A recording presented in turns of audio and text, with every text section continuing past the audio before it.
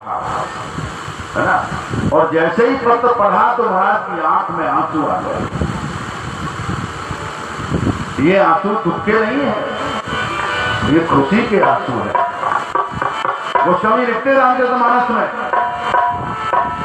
कहीं बार बिलोचन और बाचत पाती, अरे पुलक गात आई बरसाती, पुलक गात आई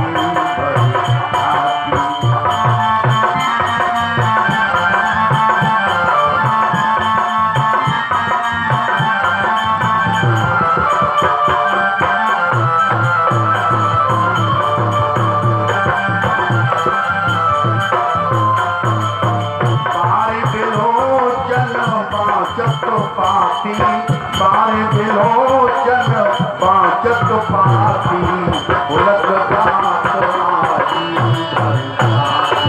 पुलक गात आई।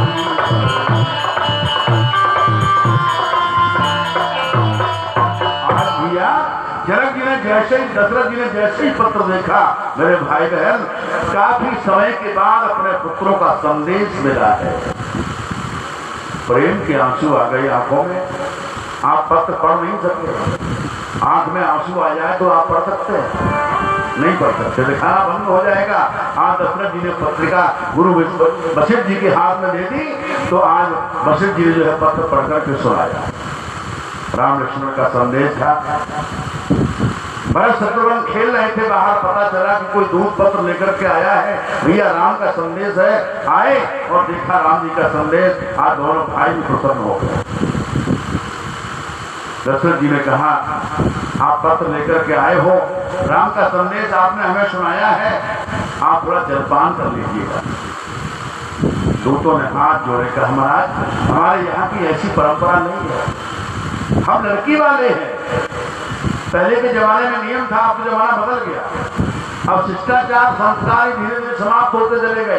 पहले के जमाने में, आज के 30 साल 35-40 साल हमारे जो बड़े बुजुर्ग बैठे हैं, ये जानते हैं कि हम बेटी के यहाँ पानी भी नहीं पीते थे। दिया के जाते थे तो अपने घर से खा के जाते थे और घर ही आकर के खाते थे।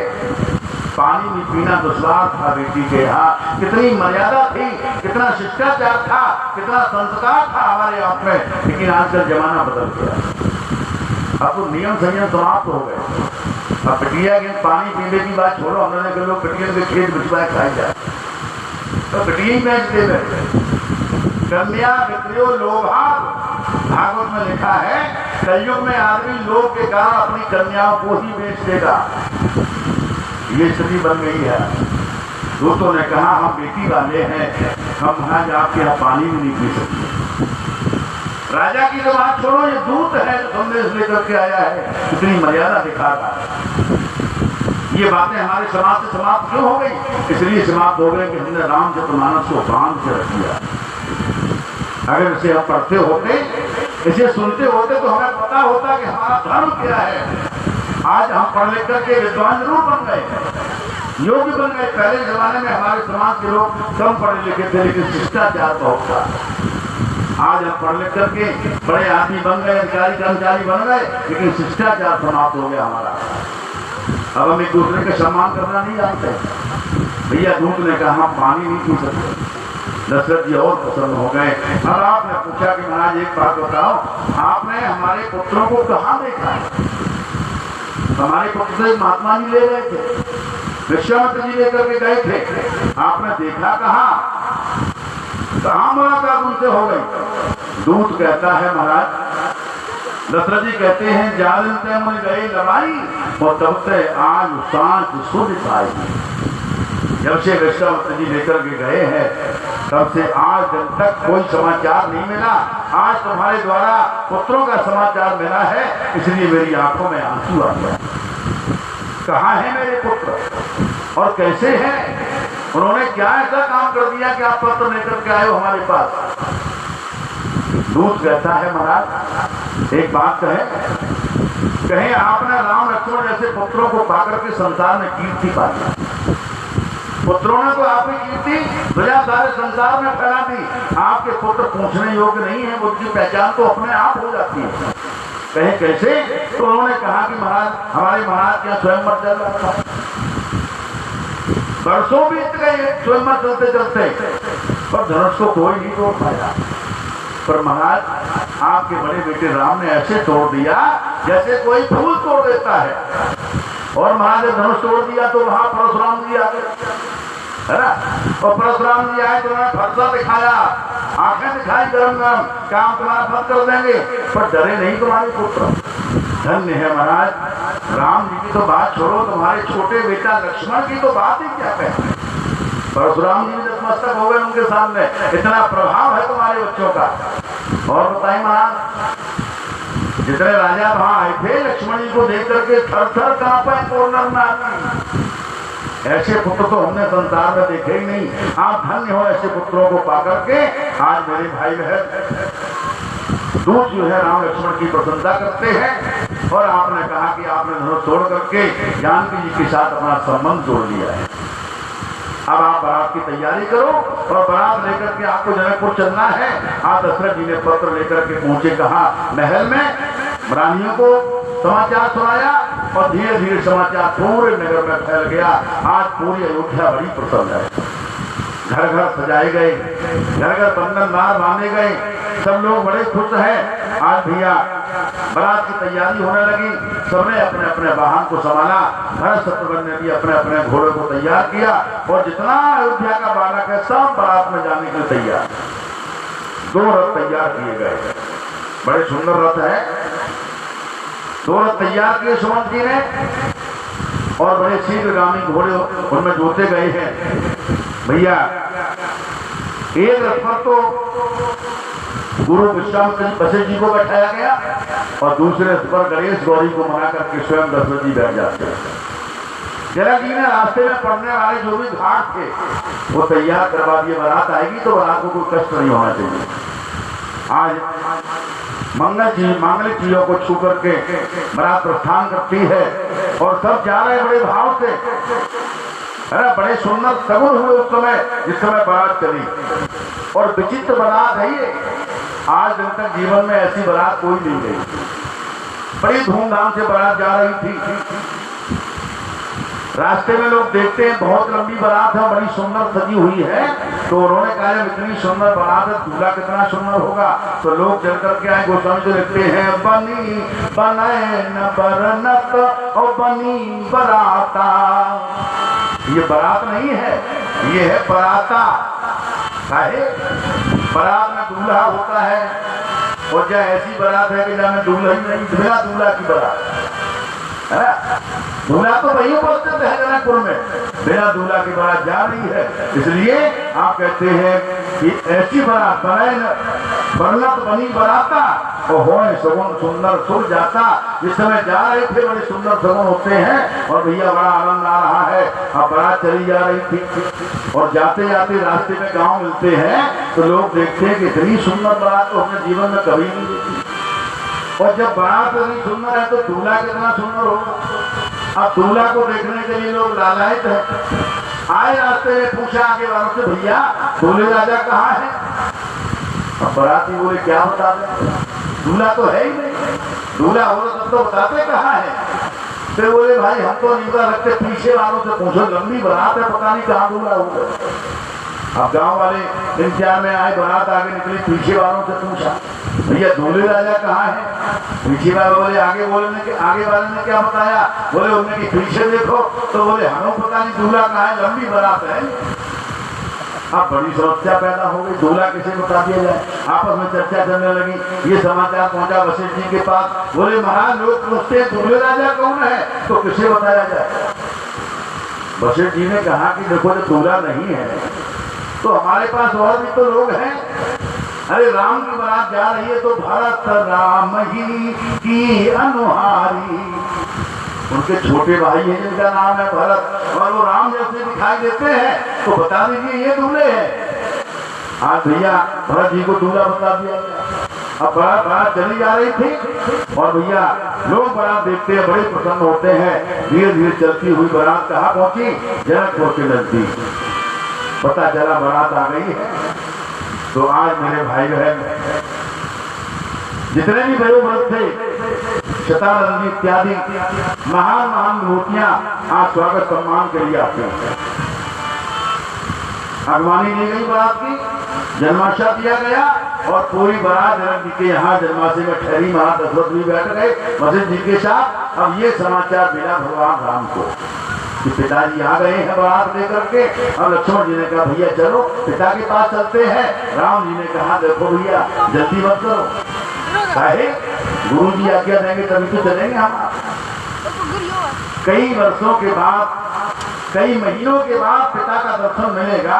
आज मन में बड़ी उत्सुकता है और दशरथ जी भी सोच रहे कि कब बेटे का दर्शन हो। मेरे भाई बहन धीरे धीरे समय व्यतीत होता है। आज विश्वामित्र जी अपने शिष्यों को राम लक्ष्मण को लेकर के दशरथ जी के पास पहुंचते हैं। आज राम लक्ष्मण गुरु जी के चरणों में प्रणाम करते हैं वशिष्ठ जी को। विश्वामित्र जी दशरथ जी आपस में मिलते हैं।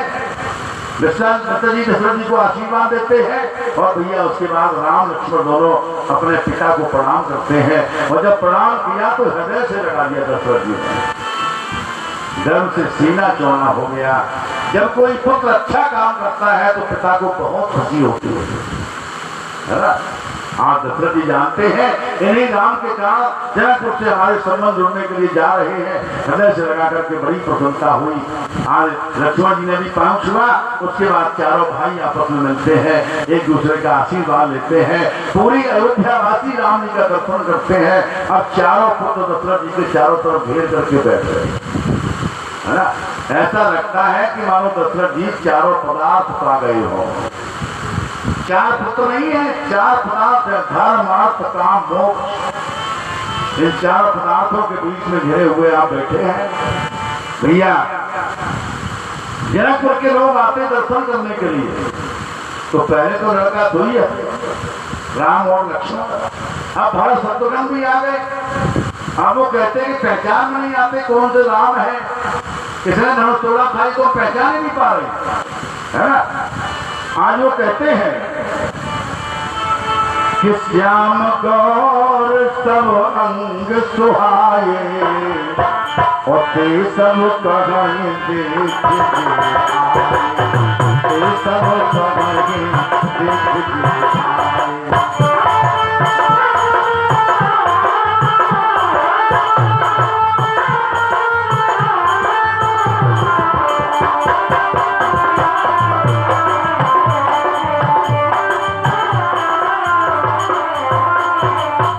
सब लोग कहते हैं सामने गोरे रंग के ऐसी सुंदर जोड़ी है, राम और लक्ष्मण की ऐसी जोड़ी, कैसे ही दो बालक और आ गए। अब तो पहचान करना मुश्किल है। काहे वो कहते हैं श्याम गौर सब अंग सुहाए। और एक बात बता दें, कहीं जैसे राम लक्ष्मण थे ऐसे ही दोनों बालक हैं। अब उन चारों में पहचानना मुश्किल है कि राम कौन से हैं। तो एक ने कहा कि एक राम है और एक भरत है। तो कहा भरत राम ही की अनुहारी और सहसा लखन सतह न धारी। पता ही नहीं लगा सकते शत्रुघ्न जी लक्ष्मण के जैसे हैं। आज चारों बेटों को देख करके जनकपुरवासी बड़े प्रसन्न होते हैं। भैया धीरे धीरे समय व्यतीत होता है। रात्रि विश्राम हुआ और रात्रि विश्राम जो है होने के बाद दूसरा दिन होता है। अब देखो विवाह की होती है तैयारी। लगन निकाली गई और लगन निकली है गोधूल बेला। गोधूल बेला की लगन है। और गोधूल बेला जानते हो, गोधूल बेला होती है जिस समय गायों के लौटने का समय होता है शाम के समय, वो गोधूल बेला होती है। और देखो पहले के जमाने में विवाह जो है लगन से ही हुआ करता था। बारात भी लगन से आई। प्रथम बारात लगन से आई। बारात आजकल भी जो हम पीली चिट्ठी बनाते हैं पंडित लोग, पीली चिट्ठी बनाई जाती है, उसमें जो लगन लिखी होती है वो होती है बारोठी की लगन है ना। अब लगन तो लिखी है गोधूल बेला। आजकल आज के 30 साल 40 साल पहले ईमानदारी के बताना कितने मुकदमे होते थे कोर्ट में होते थे। ये माताएं हमारी बड़ी बूढ़ी बैठी है, कितनी थाने में कहीं कि हमारी साथ हमें यात्रा दे रही है। कितने दही कथा के मुकदमा हुए, कितने महिला उत्पीड़न के मुकदमे हुए, हमारे जान तो एक नहीं होते। हमने तो नहीं देखी। ये प्रथा अभी शुरू हुई है 20-25 साल से, ज्यादा समय नहीं हुआ। केवल 20-25 साल से ही मुकदमाबाजी शुरू हो गई। क्या महिला उत्पीड़न पहले नहीं था? अगर देखा जाए तो आज कोई उत्पीड़न नहीं है, उत्पीड़न पहले के जमाने में था। हमारी जो बड़ी बूढ़ी माताएं बैठी जानती हैं, 2-3 बजे जगना, फिर चकिया चलाए वो, है ना, 5 किलो गेहूं पीस के धरे में, बाकी बात आटा समेट कर धरो, फिर कहीं झाड़ू पोछा कर दी, मैं बासन आसन धोए, है ना, उसके बाद नहाया धोया, बच्चों को स्नान ध्यान कराया, फिर खाना बनाने में लगी, वो सबको खिला पिला के होटल तो 12 बज गए, तब खाए भी को मिल रहे। 3 बजे की जगह वही 12 बजे खाना खा रही है, और बाकी बात घंटे 2 घंटे विश्राम कर पाया तो फिर शुरू है, फिर झाड़ू लगाओ, फिर बर्तन मांजो, चौका लगाओ, फिर खाना बनाओ, और खाए भी बनाए भी में रात के 9 बज गए, है ना, सबको खिलाने में, और ताकि बात खुद खाए, बासन मान के धोने पड़ी, 12 बज गए 11, है ना, अब 6 घंटा सो रहे तुम लोग। और अगर काम नहीं किया तो सास ने कटपटी वाला कर देंगे बहू की। उत्पीड़न तब था कि आज उत्पीड़न नहीं है। आज तो इतना आराम है, आटा पिसा पिसाया, मेरे मसाले पिसे पिसाए, सिलवटने नहीं चला, केवल रोटी बनाना है। और रुकाव के बाद अब मैं जरा से अगर साथ में काम में कभी कह नहीं तो हाथ खाने में चलो। हाँ, महिला उत्पीड़न दहेज है, तो जाने कौन कौन से ऐप शुरू हो गए, जानते हो ऐसा क्यों हुआ? ऐसा इसलिए हुआ कि अब विवाह की विधि शुद्ध नहीं रही, है ना। हमारे सनातन धर्म में पहले लग्न के अनुसार विवाह होते थे, बारात भी लग्न से आती थी, और भैया जन्माशा भी जो बारोटी होती थी वो लग्न से होती थी, और विवाह भी लग्न से होता था, बारात रुकती थी। आज बारात आई, रात्रि विश्राम हुआ, दूसरे दिन दोनों पक्ष के आचार बैठे, लगन निकाली गई, और लगन निकालने के बाद फिर लगन से फेरे पड़ते थे। अब वो जमाना चला गया, विवाह करो तो दिन में, अब विवाह कर रहे हो रात में वेद मंत्रों को पढ़ना निषेध है। अगर कोई रात में वेद मंत्र पढ़ता है तो पाप लगता है उसे, लेकिन मजबूरी ब्राह्मणों के लिए है। बेकार महाराज टाइम नहीं, जल्दी करो, सूझ सब निकले जब विदा हो जाए हमारी। अब रात में विवाह प्रथा कब शुरू हुई? जब मुसलमानों का राज्य था। हमारी बहन बेटियों को जबरदस्ती उठा लेते थे और अपने बच्चों के साथ विवाह कर देते थे, तो हम लोग अपनी इज्जत बचाने के लिए रात में विवाह करते थे। आप बताइए कौन सा मुसलमान हमारी बेटियों को उठा रहा है कोई? लेकिन हम इतने आलसी हो गए हैं, इतने गद्दार हो गए हैं कि अपने धर्म को भूल गए, और रात में आजू के बाद चल रहे। विवाह दिन में करना चाहिए, वेद मंत्र दिन में पढ़े जाने चाहिए। रात में राक्षस आते हैं, देवता नहीं आते। और तो मंत्र पढ़ के देवताओं को बुला रहे हो तो देवता तो आ नहीं, आगे वहाँ राक्षस, और जब राक्षस आए तो राक्षस बुद्धि होगी, और राक्षस बुद्धि जब बहू की हो जाएगी तो तुम्हें तो जेल जाना ही पड़ेगा, है ना। इसलिए अगर चाहते हो कि हमारे समाज में सुधार हो तो अपने सनातन धर्म को आगे बढ़ाने का प्रयास करिए, बारात रोकिए और दिन में विवाह करो। दिन में विवाह करने के बाद भले ही शाम को विदा कर दो, लेकिन आप रात में विवाह संपन्न मत कराएं। ये निवेदन है आप लोगों से हमारा। हम तो जान नहीं जाते हैं, इसी पर जोर डालते हैं कि रात में विवाह कराना बंद करिए। अब जमाना बदल गया, विवाह वेद विधि से नहीं होता, विवाह लग्न से नहीं होता। विवाह के 4 ऑप्शन है, जानते हो कौन कौन सा? पहला ऑप्शन है कैमरा का। अगर कैमरा मैन नहीं आ तो लड़का फटा बनिया चले, भले तुम्हारे लगन निकल जाए, है ना, लड़का बटिया फटा बनिया चले। दूसरा ऑप्शन है मैरिज होम का। मैरिज होम खाली नहीं मिलो, कहते कि महाराज तारीख बढ़ाओ, खाली नहीं मिल रहा, है ना। तीसरा ऑप्शन का है? तीसरा ऑप्शन है गाड़ी वालों का। सवेरे जो हो बनने की देखो डबल चार्ज हो जाएगा, हमारी दूसरी साइड पर जल्दी विदा करवाओ, कोई भी आई पंडित जी नहीं, जल्दी जल्दी मंत्र पढ़ो, सारा काम पड़े आराम से, और जो भी आप महाराज जल्दी करो, महाराज जल्दी महाराज करो, बताओ महाराज क्या करें, है ना। और चौथा ऑप्शन का है? चौथा है बैंड बाजी का। लगन है गौधूल मेला की, सूर्य पर बारोटी होना चाहिए, और बैंड में लोग तिजोरी से अब बारोटी हो रही सवेरे 4 बजे। बताइए कहाँ से आपके संस्कार बढ़िया आएंगे? कहाँ आपकी बहू आपका सम्मान करेगी? जयमाला सिस्टम पहले राम ने धनुष तोड़ा तब जयमाला पड़ी थी, और अब तो जयमाला खाना ही खाना चल रहा है। कुत्ता भूसा लेंगे तो गोली मोड़ी हो जाए, लेकिन जयमाला प्रभु चाहिए, है ना। जमाना देखिए कितनी प्रथा बदल गई हमारी आपकी। हम आप केवल दिखावे में मरे जा रहे, इतना पैसा खर्च करते हैं जयमाला सिस्टम कराने में, तो 15,000 टूट जाता, नहीं टूट जाता, और 10-15,000 की अंगूठी बनवा दे तो काम देगी बच्चों के। लेकिन नहीं, लोगों को फैशन चाहिए। हम आप अपने संस्कारों को भूल गए, इसलिए तो आज हम दुखी है। ये कवि कह रहा था,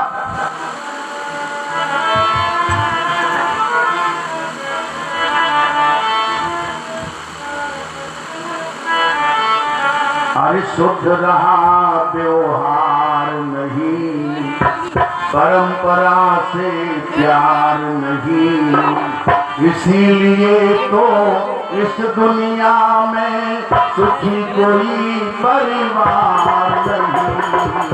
शुद्ध रहा व्यवहार नहीं,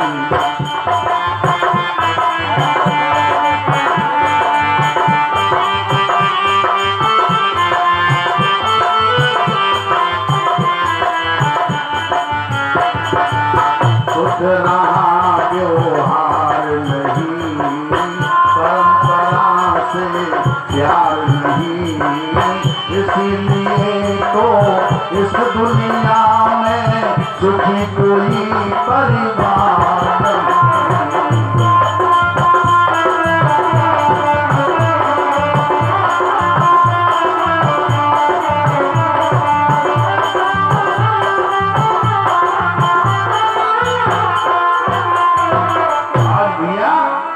संस्कार भूल गए हैं, इसलिए हमारे जीवन में आपत्तियां आ रही है।